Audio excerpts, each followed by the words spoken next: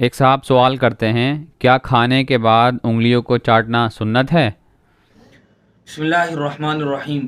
مذکورہ سوال کا جواب یہ ہے کہ اسلام کی یہ خاصیت اور خصوصیت ہے کہ اس میں ہر موقع کے لیے واضح تعلیمات اور رہنمائیاں موجود ہیں۔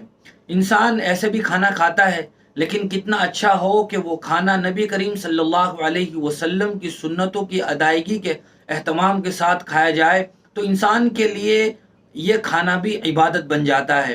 حضور اکرم صلی اللہ علیہ وسلم سے متعلق حضرت کعب ابن عجرہ اپنے والد سے روایت کرتے ہیں کہ حضور اکرم صلی اللہ علیہ وسلم 3 انگلیوں سے کھانا تناول فرمایا کرتے تھے، اور کھانے کے بعد جب انگلیوں کو چاٹتے تھے تو سب سے پہلے درمیان کی بڑی انگلی کو چاٹتے تھے، اور پھر شہادت کی انگلی کو چاٹتے تھے، اور اس کے بعد انگوٹھے کو چاٹتے تھے۔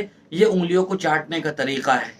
بہت بہت شکریہ مفتی صاحب آپ کا۔ اسی طرح کی شرعی مسائل، حمدنا تفسیرات اور اسی طرح کے سوال و جواب کے لیے آپ ہمارے دار ارقم یوٹیوب چینل کو سبسکرائب کریں، لائک کریں اور اس کو صدقہ جاریہ کی نیت سے شیئر بھی کریں۔